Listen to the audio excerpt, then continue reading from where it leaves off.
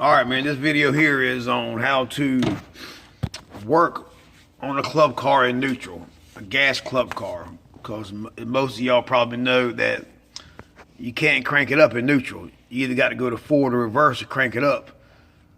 There's no way to get it in neutral, so you can turn it over and see if you want to do a service or adjust anything. But what you want to do is, on the back of here, you turn this yellow thing here, yellow knob, so it activates the micro switch in neutral.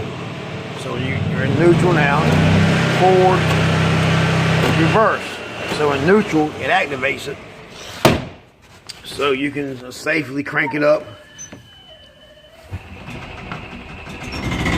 in neutral. Now if I put it in forward now, with the micro switch engaged, nothing happens. Put it back in neutral, and you're good to go, man. All right, man, I'll stay tuned for some more of my videos. Thank you.